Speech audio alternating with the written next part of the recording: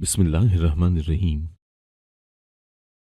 इस दुनिया में मुझे जिस काम से सबसे ज्यादा नफरत थी वो लोगों के सामने हाथ फैलाना था। मगर मैं क्या करती, ये काम तो जैसे मेरी तकदीर में ही लिख दिया गया था। मेरा नाम अल्लाह रखी है, जबकि मुझे घर में सभी रखी कहकर मुखातिब करते थे। सुबह मेरी आंख अब्बू की पुकार से खुलती थी। वो कहते, कम बख्त रखी, तू अभी तक सो रही है, चल उठ जाकर भीख मांग कर ला। मैं कसलमंदी से लेटी रहती तो अब्बू मेरी कमर पर एक जोरदार छड़ी मारते और तब मैं बिलबिला कर उठ बैठती थी। आंखों में आंसू आ जाते और मैं गुस्से से कहती, क्या बात है अब्बू, कभी खुद भी काम कर लिया करो, शर्म नहीं आती अपनी औलाद से भीख मंगवाते हुए। तब अब्बू कहने लगते, तू बिल्कुल अपनी माँ की तरह बदजबान है, वो भी तेरी तरह ही मेरे साथ लड़ाई झगड़ा किया करती थी, इसीलिए इतनी जल्दी अल्लाह को प्यारी हो गई। मुझे तो यही लगता है कि तुम्हारी उम्र भी बहुत कम है, तू देखती नहीं है क्या इर्द गिर्द की झोंपड़ियों में किस कदर ज्यादा बच्चे हैं। मगर तेरी माँ तो तुझे जनकर ही चल बसी।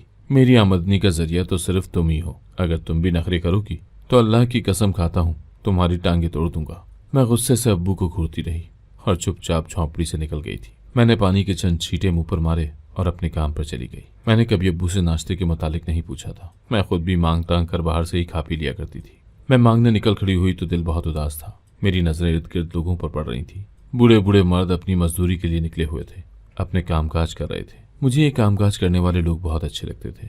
कम अज कम ये अपने घर वालों को हलाल रोजी तो खिला रहे थे ना। और फिर सबसे बड़ी बात यह कि दूसरों के सामने मांगने की जिल्लत से भी उनको बचा रहे थे। खैर, मैं अब बारी बारी लोगों के आगे हाथ फैला रही थी। कुछ लोग तो मुझे झिड़क रहे थे और कुछ चाहते थे कि उनके दिन का आगाज सदका देने से अच्छा हो जाए, तो वो मेरे हाथ पर चंद सिक्के रखकर आगे बढ़ जाते थे। मैं मांगना नहीं चाहती थी, मगर अब्बू की धमकी से डर जाती थी। वो कहता था कि मैं तेरी टांगे तोड़ दूंगा, और मुझे इस बात पर 100% यकीन था कि जैसे अब्बू ने कहा है वो वैसा ही करेगा। अगर वो मुझे मारने पर आता तो मेरी खाल तक उधेड़ कर रख दिया करता था। तब तो कोई मुझे बचाने के लिए भी नहीं होता था। मुझे आज भी याद है, चंद बरस पहले मैंने अब्बू से कहा था कि तू कमा कर लाया कर, मुझे भीख मांगने ना भेजा कर, मुझे ये सब अच्छा नहीं लगता। अब्बू कहने लगा, मैं बीमार हूँ, मेहनत मजदूरी नहीं कर सकता। मैं बोली, अब्बू तो कम कमा कर ले आया कर, भले से मुझे 2 दिन भूखा रख, मैं तब भी उफ नहीं करूंगी। बस तू मुझसे ये ना कहा कर के मांग कर ला, मुझे मांगना अच्छा नहीं लगता। इस बात पर अब्बू ने मुझे बहुत मारा था। वो कहने लगा, तेरा बाप फकीर है, तेरी माँ फकीर नहीं थी, तेरे सारे रिश्तेदार फकीर हैं। इर्द गिर्द झोंपड़ियों में जाकर देख सबको, सबके बच्चे भीख मांगने चाहते हैं, मगर तू मुझे आज नई नई बातें सुना रही है। मैं मार खा खा कर जब निढाल हो गई थी तो अब्बू के सामने हाथ जोड़ दिया और बोली, मुझे माफ कर दे, आज के बाद मैं ये कभी नहीं कहूंगी कि मुझे भीख नहीं मांगनी है। मैं चुपचाप सुबह सुबह उठकर काम पर चली जाया करूंगी। अब मैं हर रोज काम पर आ जाया करती हूँ। आज मैं सिग्नल पर खड़ी भीख मांग रही थी जब अचानक एक बड़ी सी गाड़ी के शीशे नीचे हो गए थे। एक बहुत ही अमीर खातून मुझे बड़े गौर से देख रही थी। कहने लगी, जवां जहां हो, हट्टी कट्टी हो, भीख मांगते हुए शर्म नहीं आती क्या? अल्लाह ने इंसान को 2 हाथ इसलिए नहीं दिए कि वो लोगों के सामने फैलाता रहे, बल्कि इसलिए दिए हैं ताकि वो अपनी मेहनत से कमाए। मैं उस औरत की बातें सुनकर बहुत शर्मिंदा हो गई थी और बोली, मैं आपकी बात से इत्तेफाक करती हूँ, मगर मेरे पास करने के लिए कुछ नहीं है। मैं काम करना चाहती हूँ, मगर मुझे काम कौन देगा? मैं मजबूर हूँ। वो औरत कहने लगी, मेरे घर में काम करोगी, बर्तन धोने होंगे और सफाइयाँ करनी होगी, बोलो मंजूर है? मैंने जल्दी से सर हिला दिया था। मुझे ऐसा लगा था जैसे मेरी सबसे बड़ी ख्वाहिश पूरी होने जा रही है। उसने कहा कि मेरी गाड़ी में आकर बैठ जाओ, मैं तुम्हें काम समझा देती हूँ। उसने दरवाज़ा खोला तो मैं झट से गाड़ी में बैठ गई थी। आज मैं जिंदगी में पहली बार गाड़ी में बैठी थी। मेरी तो खुशी की इंतहा ही न रही थी। ऐसा लग रहा था जैसे मेरे हाथ कानून का खजाना लग गया हो। मैं मुस्कुरा रही थी। उस औरत ने मेरे चेहरे की जानिब बड़े गौर से देखा तो कहने लगी, पहली बार गाड़ी में बैठी हो? मैंने इस बात में सर हिला दिया तो वो कहने लगी, फिर मैं ये कैसे मान लूं कि तुम्हें आज तक गाड़ी में बैठना ही नसीब नहीं हुआ? मैं बोली, आज से पहले मुझे बहुत से लोगों ने गाड़ी में बैठने की ऑफर की है। आप जानती है ना आजकल कैसे कैसे लोग होते हैं जो सड़क पर चलने फिरने वाली हर औरत को बदकिरदार समझ बैठते हैं, या फिर ये समझते हैं कि हम जैसी औरतों पर उनका हक है। मुझे भी बहुत से लोगों ने कहा, पैसों की ऑफर भी की थी, मगर मैं हराम काम तो नहीं कर सकती थी ना। ठीक है, मैं मानती हूँ कि भीख मांगना बुरा काम है, मगर इस काम में कम से कम मेरी इज्जत तो महफूज है ना। उस औरत ने मेरी बात सुनकर सर हिला दिया था। फिर कहने लगी, कामकाज तो कर लेती हो ना? मैं बोली, मैं बहुत ही छोटी सी थी जब मेरी माँ का इंतकाल हो गया था, मैंने उसको नहीं देखा। वो मेरे सर पर सलामत होती तो शायद मुझे काम सिखा देती, मगर मैं आपसे वादा करती हूँ कि आप मुझसे जो काम करने को कहेंगी मैं वो बहुत जल्द सीख लूंगी, आपको हरगिज गिला करने का मौका नहीं दूंगी। उस औरत के चेहरे पर मुस्कुराहट फैल गई थी। मैं भी खुश हो गई कि चलो मेरा काम पक्का हो गया है। जब उस औरत की गाड़ी एक बड़ी सी हवेली के सामने रुकी तो मैं दंगी रह गई थी। मैंने तो कभी ख्वाबो ख्याल में भी नहीं सोचा था कि मुझे ऐसे घर में कदम रखना भी नसीब हो पाएगा। मैं लाउंज में पहुंची तो उस औरत ने सोफे की जानिब इशारा किया और कहने लगी, बैठ जाओ। वो औरत बहुत ही अच्छी लग रही थी। वरना हम जैसों को कौन अपने मुकाबले बिठाता था। फिर उसने आवाज़ लगाई, सादिया इधर आओ। एक काम वाली औरत किचन से नमूदार हो चुकी थी। वो औरत कहने लगी, 2 गिलास फ्रेश जूस लेकर आओ। मुलाजमा बड़ी जल्दी वापस आ गई थी। उसने एक गिलास मेरे सामने पेश कर दिया और एक मालकिन को दे दिया। मैं हक्का बक्का सी मालकिन की तरफ देखने लगी तो वो बोली, इस कदर परेशान क्यों हो रही हो? ये जूस ले लो, बाहर बहुत गर्मी थी, प्यास लग रही होगी तुम्हें। मेरी आंखों के गोशे भीग गए थे। मैं बोली, मालकिन आप बहुत ही रहमदिल खातून हैं। आज से कबल कभी किसी ने मेरे साथ इस तरह का बर्ताव नहीं किया। हत्ता कि मेरा सगा बाप भी मुझे मारता रहता है, उसने भी कभी मेरे साथ मुस्कुरा कर बात नहीं की। मालकिन मेरी बातें सुनकर मुस्कुराती रही थी। फिर मैं बोली, आप मुझे काम समझा दें। वो कहने लगी, तुम्हारा काम फकत इतना है कि तुम यहाँ आकर खूब आराम किया करोगी। मैं मालकिन की बात सुनकर हंस दी और बोली, नहीं नहीं, आप मुझे आराम से तो दूर ही रखें। मैं काम के पैसे कमाना चाहती हूँ। पैसे लेकर घर न गई तो अब्बू मुझे मार मार कर अदमुआ कर देगा। मालकिन कहने लगी, तुम पैसों की फिक्र न करो, पैसे तुम्हें मिल जाएंगे। मैं इतने आरामदेह माहौल में नकाहत ज़दा सा महसूस करने लगी थी। आंखें भी बारी हो गई थी। मुझे अंदाजा ही नहीं हुआ कि कब मेरी आंख लग गई। बड़ी देर बाद मेरी आंख खुली थी। मैंने खुद को सोफे पर पुरसुकून नींद करते हुए पाया था। मैं उठकर बैठ गई। तब एक मुलाजमा मेरे पास आकर बोली, आपको भूख लगी है क्या? मैंने जल्दी से सर इस बात में हिला दिया और बोली, हाँ भूख तो बहुत लगी है, मगर मालकिन कहाँ है? वो कहने लगी, मैं मालकिन को बता देती हूँ कि तुम उठ गई हो। थोड़ी देर बाद मालकिन भी मेरे पास आ गई। वो कहने लगी, तुमसे मैंने बहुत सी बातें पूछ ली, मगर सबसे अहम बात तो पूछना भूल ही गई। मुझे ये तो बताओ कि तुम्हारा नाम क्या है? मैं बोली, मेरा नाम अल्लाह रखी है, मगर सब मुझे रखी ही कहते हैं। मालकिन ने सर हिला दिया और बोली, रखी, तुम उठकर वॉशरूम में जाओ, अपने हाथ अच्छी तरह से धोकर आओ, फिर हम मिलकर खाना खाएंगे। मैं मालकिन का ये रवैया देखकर बहुत हैरान हो रही थी, मगर मैं चुपचाप थी। मैंने सोचा कि शायद आज मेरा काम पर पहला दिन है, इसलिए मालकिन मेरे साथ इस कदर नरमी से पेश आ रही है। मैं हाथ धोकर आई तब तक खाना लग चुका था। ऐसा लग रहा था जैसे मुझे इस बड़ी सी हवेली में बतौर मुलाजमा नहीं बल्कि बतौर मेहमान बुलाया गया हो। मैं खाने के लिए बैठ गई तो ये देखकर दंग रह गई कि मेरे सामने तरह तरह के खाने पड़े थे। कहीं कोफ्ते तो कहीं बिरयानी, कहीं शामी कबाब तो कहीं कीमा नान। ये सब देखकर तो मेरी भूख बढ़ गई थी। मैं बोली, मालकिन आज आपके घर में किसी की दावत थी क्या, जो आपने इस कदर खाने का एहतमाम किया हुआ है? मेरी बात सुनकर मालकिन मुस्कुरा दी और बोली, नहीं ऐसी बात तो नहीं है, मेरे घर में तो हर रोज़ ऐसा ही खाना बनता है। पहले मैं इस टाइम तन्हा खाया करती थी, आज तुम मेरे साथ हो तो मुझे अच्छा महसूस हो रहा है। तब मैंने चौंक कर मालकिन की तरफ देखा था। मैं बोली, क्या आप इस घर में तन्हा रहती हैं? मालकिन ने नफ़ी में सर हिला दिया और बोली, मैं और मेरा शौहर होते हैं यहाँ। मेरे 2 बच्चे हैं, दोनों ही तालीम हासिल करने के लिए बैरून मुल्क गए हुए हैं। मेरा शौहर सुबह ऑफिस चला जाता है और फिर रात 8 बजे ही वापस आता है, और फिर हम दोनों मिलकर रात का खाना खाते हैं। मुझे ये बताओ कि तुम कितने बजे भीख मांगकर अपने घर चली जाया करती हो? मैं बोली, जब मगरिब की अजान होती है तो मैं अब्बू के लिए 2 रोटियां और थोड़ा सा सालन लेकर घर की राह ले लेती हूँ। मालकिन कहने लगी, अभी तो मगरिब की अजान में बहुत वक्त है, चलो ऐसा करना कि खाना खाकर तुम टीवी देख लेना। मैं बोली, मालकिन काम? वो कुछ सोचते हुए बोली, तुम्हारा काम यह है कि तुम मेरी उदासी दूर किया करोगी, तुम मुझे कंपनी दोगी, मेरे साथ अच्छी अच्छी बातें किया करोगी ताकि मेरा दिल लग जाया करे। मैं मालकिन की बात सुनकर खिलखिलाकर हंसती थी और बोली, ये तो निहायत अच्छा काम है, आज से पहले मुझे इस तरह की मुलाजमत क्यों ना मिली? तो मालकिन कहने लगी, रखी, हर चीज़ का एक वक्त मुकर्रर होता है, तुमने सुन ही रखा होगा कि वक्त से पहले नहीं और नसीब से ज़्यादा नहीं। मैंने सर हिला दिया था। आज मुझे सही मानों में इस बात की समझ आई थी। खैर खाने से फरागत पाकर मालकिन ने टीवी लगा दिया और हम दोनों ड्रामा देखने लगी थी।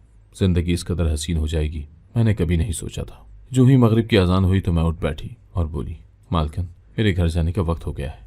मालकिन ने अपनी मुलाजमा सादिया को आवाज़ दी और बोली, जल्दी से खाना पैक करके ले आओ। सादिया 4 डब्बों में रंग बिरंगे खाने ले आई थी। मैं हंसती और बोली, मालकिन ये किस लिए? तो वो कहने लगी, ये तुम्हारा और तुम्हारे अब्बू के रात का खाना है। मैं बोली, मालकिन अगर डब्बों में खाना लेकर गई तो अब्बू मुझे बहुत मारेगा, वो मुझ पर शक करेगा कि कहीं मैंने कोई गलत काम तो शुरू नहीं कर दिया।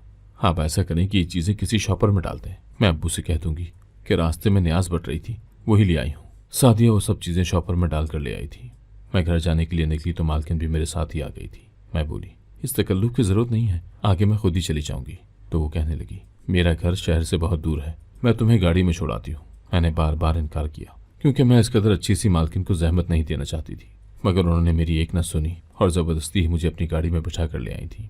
जब हमारी झोंपड़ियाँ नजर आने लग गईं तो मैं बोली, मालकिन आगे मैं पैदल ही चली जाऊंगी, नहीं तो हमारी बिरादरी वाले तरह तरह की बातें करने लगेंगे। मालकिन ने सर हिला दिया और अपने पर्स से 3000 रुपये मुझे निकाल कर पकड़ा दिए थे। वो कहने लगी, मैंने इतने ज़्यादा पैसे देखे तो मैं बोली, मालकिन आपने मुझे खाना भी दे दिया है, अब मेरे इतने पैसे नहीं बनते, आप मुझे 500-600 दे दें, मेरे लिए यही बहुत हो जाएंगे। मालकिन कहने लगी, अगर तुमने पैसे ना लिए तो कल से मेरे घर पर मत आना, मैं बोली, मालकिन मैं दिन भर भीख मांगती थी, तब भी मुझे फ़कत 700-800 रुपये ही मिलते थे। अब मैं इतने ज़्यादा पैसों का क्या करूँगी? मालकिन कहने लगी, ये तुम्हारी उजरत है, तुम्हारी मर्जी है, जो कुछ मर्जी करो। मैंने मुस्कुराकर वो पैसे पकड़ लिए थे और मालकिन के सामने ही वो पैसे मैंने अपने पल्लू से बांध लिए थे। सिर्फ 1000 मैंने अपने हाथ में पकड़ लिया था। मैं गाड़ी से उतर कर अपनी झोंपड़ी में आई तो अब्बू हमेशा की तरह रेडियो पर गाने लगाकर बैठा था और कोई धुन सुन रहा था। वो इतने मज़े से बैठा था जैसे उसकी ज़िंदगी में कोई गम ही ना हो। वैसे शायद सच में अब्बू की ज़िंदगी में कोई गम न था। भला उस जैसे बेफिक्र इंसान को क्या गम हो सकता है, जिसकी जवां जहाँ बेटी सुबह घर से निकलती हो और शाम गए घर लौटती हो, और उस आदमी ने कभी ये भी ना पूछा हो कि कहाँ गई थी और कहाँ नहीं, कैसे लोगों से सामना हुआ। वो तो फ़कत पूछा करता था कि आज कितनी दिहाड़ी हुई। अब्बू ने मेरी जानिब देखा तो कहने लगा, रखी कि सोच में गुम हो। मैं आगे बढ़ाई और अब्बू का दिल जलाने को बोली। सोच रही थी कि एक दिन मैं वापस आऊंगी तो अब्बू मरा पड़ा हुआ होगा, फिर मैं क्या करूंगी। अब्बू मेरी बात सुनकर उछल ही तो पड़ा था। कहने लगा, हट हराम, लगता है तेरा मार खाने को दिल कर रहा है। कोई शर्म कोई हया होती है इंसान में, ये तुमने कैसे मुंह भर कर कह दिया। मैं हंस दी और बोली, अब्बू मौत तो बरहक है, फिर तू मेरी बात का बिला वजह ही गुस्सा कर गया है। अब्बू मुझे घूरने लगा था। तब मैंने आगे बढ़कर 1000 रुपये का नोट अब्बू के हाथ पर रख दिया। अब्बू इतने ज़्यादा पैसे देखकर खुश हो गया और बोला, वाह आज तो बड़ी कमाई हो गई तेरी। मैं मुस्कुरा दी और बोली, हाँ कभी कभार ज़्यादा पैसे भी मिल जाते हैं अब्बू। अब्बू तू ये सब छोड़, ये देख कि आज खाना कितना ज़्यादा मिला है। मैं घर वापस आ रही थी तो देखा कि नियाज का खाना बट रहा है। मैं भी लाइन में लग गई और खाना ले आई। अब्बू खुश हो गया था, वो खाने पीने का बहुत शौकीन था। कहने लगा, क्या लाई है। मैंने जब खाना निकाल कर दिया तो अब्बू की आंखें चमक गई थीं। हम दोनों ने बहुत शौक से खाना खाया था। खाना खाकर मैं बर्तन उठाने लगी तो अब्बू ने मेरे सर पर हाथ रख दिया और बोला, आज तो तुमने मेरा जी खुश कर दिया है। मैं भी खुश हो गई थी। अब्बू को जल्दी नींद आ जाया करती थी, जबकि मैं खाना खाने के बाद अपनी खाला की झोंपड़ी में चली जाया करती थी। उसकी बेटी शब्बू मेरी हम उम्र थी। हम दोनों एक दूसरे के साथ पूरे दिन की रूटीन शेयर किया करते थे। वो बहुत ही अच्छी लड़की थी और मेरा बहुत एहसास किया करती थी। मैं आज भी शब्बू की तरफ चली गई थी। वो आज बहुत उदास लग रही थी। मैं बोली, आ जाओ बाहर। हम दोनों बाहर निकल आई थी। मैं बोली, क्या बात है शब्बू, आज तुम बहुत उदास लग रही हो। मेरी बात सुनकर वो फूट फूट कर रोने लगी थी और बोली, ये दुनिया हम जैसे लोगों के लिए नहीं है। हम मर क्यों नहीं जाती। ऐसी जिंदगी का हमने क्या करना है भला, जहाँ सुबह शाम हमारे हिस्से में फटकार ही आती है। मैं शब्बू की बातें सुनकर परेशान हो गई और बोली, क्या हुआ है, तुम खुलकर बताओ मुझे। वो कहने लगी, आज मैं भीख मांगती मांगती एक दुकान में चली गई थी। दुकानदार ने मेरे हाथ में 500 रुपये रख दिए और बोला कि थोड़ी देर के लिए मेरे पास रुक जाओ। मैं उसकी बात की गहराई समझ चुकी थी, इसीलिए गुस्से से बोली, तुमने हर किसी को अपने जैसा बेगैरत समझा हुआ है क्या। इतना कहकर मैंने उसके मुंह पर थप्पड़ दे मारा। इस चीज़ की मुझे ये सज़ा दी गई कि दुकानदार ने शोर मचा दिया कि मेरी दुकान में चोर नहीं घुस आई है। उसने सबके सामने वो 500 रुपये दिखा दिए जो थोड़ी देर पहले ही उसने मुझे दिए थे। वो कहने लगा, ये फकीरनी मेरे गले से पैसे चोरी कर रही थी। फिर तो सारे दुकानदार ही गुस्से में आ गए। वो कहने लगे कि चलो इसको जेल करवा देते हैं, एक फकीरनी को सज़ा मिलेगी तो बाकी खुद ही सुधर जाएंगी। मैं रो रो कर अपनी बेगुनाही का यकीन दिलाती रही थी, मगर किसी ने मेरी न सुनी। मैंने बहुत मिन्नत समाजत की। तब एक बुजुर्ग आदमी दुकान पर खरीदारी करने आया था। मैंने उससे गुजारिश की कि मेरी जान खुलासी करवा दें। तब उसने मेरी सिफारिश की और फिर कहीं जाकर मेरी बचत हुई, नहीं तो आज मैं जेल में बैठी उस जुर्म की सज़ा भुगत रही होती जो मैंने किया भी नहीं है। मैंने शब्बू को दिलासा दिया और बोली, तुम फिक्र न करो, अल्लाह की लाठी बेआवाज़ है, वो ऐसे लोगों को ज़रूर पूछेगा। शब्बू कहने लगी, तुमसे बात करके दिल को सुकून मिल जाता है। फिर वो बोली, आज का दिन तुम्हारा कैसा गुजरा। मैंने अपनी बात शब्बू को बता दी और अपने पैसे भी उसके पास जमा करवा दिए थे। मैं बोली, ये मेरी मालकिन ने मुझे दिए थे। मैं बोली, मैं सारे पैसे एक साथ अब्बू को नहीं दे सकती। मैं ये बुरे वक्त के लिए अपने पास महफूज रखना चाहती हूँ, मगर अपनी झोंपड़ी में नहीं रख सकती। तुम ये मेरे पैसे अपने पास महफूज कर लो। शब्बू मेरी बातें सुनकर बोली, जरा संभल कर रखी, आजकल के दौर में कोई भी इतना अच्छा नहीं होता। मुझे तो अब अपनी फिक्र भूल गई है और मैं तुम्हारे लिए परेशान हो गई हूँ। तुम कल से वहां मत जाना। न जाने इस सब के पीछे तुम्हारी मालकिन का क्या मकसद हो। मैंने सर झटक दिया था और बोली, तुम तो बिला वजह ही छोटी छोटी बातों पर परेशान हो जाती हो। मेरी मालकिन बहुत अच्छी है, तुम उससे मिल लोगी तो तुम भी उसकी कदरदान हो जाओगी। शब्बू कहने लगी, ठीक है, मगर तुम बहुत मोहतात रहना। मैंने सर हिला दिया था। मैं बहुत ज़्यादा खुश थी क्योंकि मुझे इतने ज़्यादा पैसे मिले थे और एक दोस्त जैसी मालकिन भी मिल गई थी। रात ज़्यादा हो गई तो मैं शब्बू को शब बखैर कहकर अपनी झोंपड़ी में आ गई थी।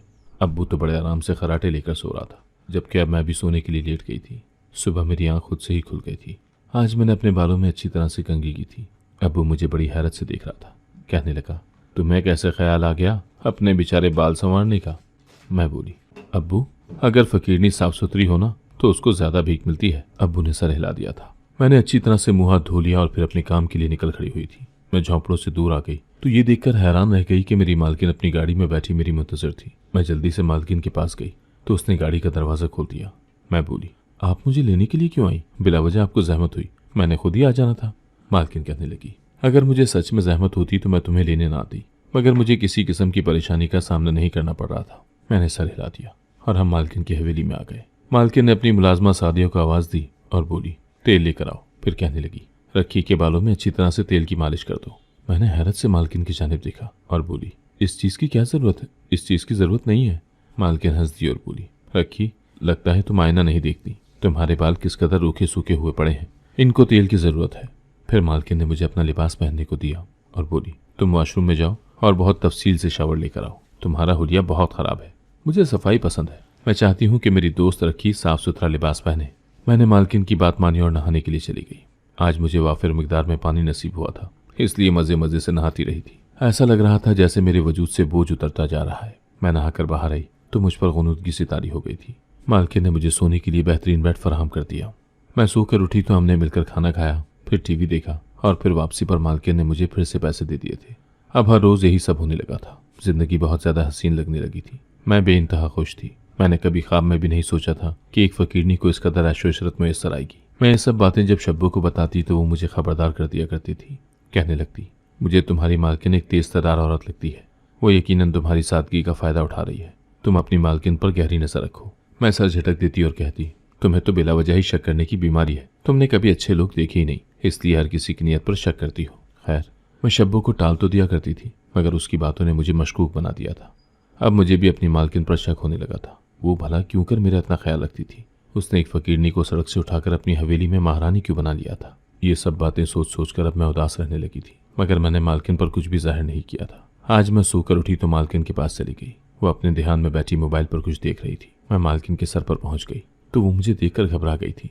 वो गुस्से से बोली, किसी के पास जाने के कुछ आदाब होते हैं, तुम्हें कम से कम खंगार देना चाहिए था। मैं डरती तो ना। मैंने माजरत कर ली थी, मगर अब मैं मालकिन पर शक करने लगी थी कि आखिर वो ऐसा भी क्या देख रही थी जो मुझे अपने सामने पाकर वो इस कदर खौफजदा हो गई थी। मैंने सोच लिया था कि मालकिन का मोबाइल चेक करके ही रहूंगी। अगले ही दिन मुझे मौका मिल गया। मालकिन अपने कमरे में थी जबकि उसका मोबाइल लाउंज में पड़ा था। मुझे मोबाइल की थोड़ी बहुत समझ बूझ थी। मुझे यकीन था कि मैं इसको चलाने में कामयाब हो जाऊंगी, इसलिए मैं वो मोबाइल लेकर बाथरूम में आ गई थी। मैंने मोबाइल की गैलरी खोल ली थी। ये देखकर तो जान ही निकल गई कि मालकिन का पूरा मोबाइल मेरी तस्वीर और वीडियोज से भरा पड़ा था।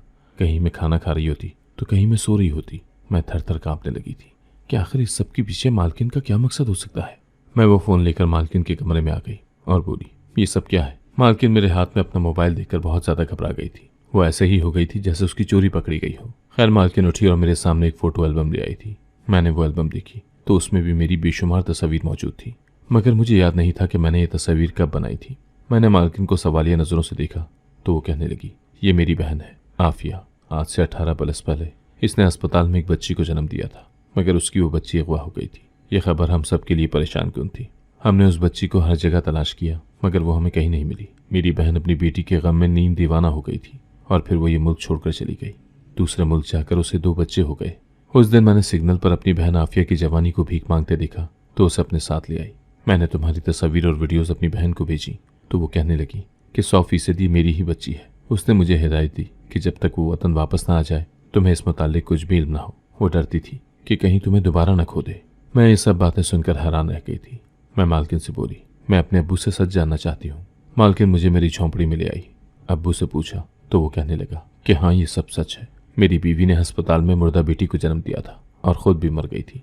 तब मैंने सोचा कि मेरे बुढ़ापे का क्या बनेगा, इसलिए मैं तुम्हें अगवा करके ले आया था। मुझे अब्बू की सफाकी पर बहुत हैरत हुई थी। मालकिन यानी मेरी खाला मुझे घर ले आई थी। फिर चंद ही रोज़ बाद मेरे वालिदैन और बहन भाई पाकिस्तान आ गए थे। मैं उनके साथ मिलकर बहुत खुश हुई थी। मेरी दोस्ती आज भी शब्बू के साथ है और मैं उसे भीख की दुनिया से निकालने के लिए हर मुमकिन कोशिश कर रही हूँ। अब्बू को मैं खाला के सर्वेंट क्वार्टर में ले आई हूँ। वो यहाँ खुश है, जबकि मैं अपने वालिदैन से मिलकर खुश हूँ। मेरी ज़िंदगी ने एक बहुत ही खूबसूरत मोड़ ले लिया है। अब मेरे पास अल्लाह की हर नेमत मौजूद है। मैं उसका जितना भी शुक्र अदा करूँ उतना ही कम है। अगर आपको आज की कहानी पसंद आई है तो वीडियो को जरूर लाइक कीजिएगा और अपने दोस्तों के साथ भी शेयर कीजिएगा। और हाँ, अगर आपने अभी तक हमारा चैनल सब्सक्राइब नहीं किया तो जरूर सब्सक्राइब करें। मिलते हैं कल एक नई और दिलचस्प कहानी के साथ। अल्लाह हाफिज।